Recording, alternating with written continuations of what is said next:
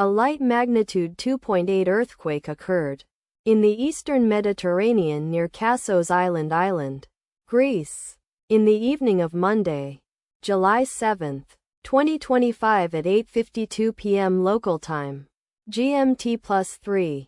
The quake had a very shallow depth of 5 kilometers, 3.1 miles, and was not felt, or at least not reported so.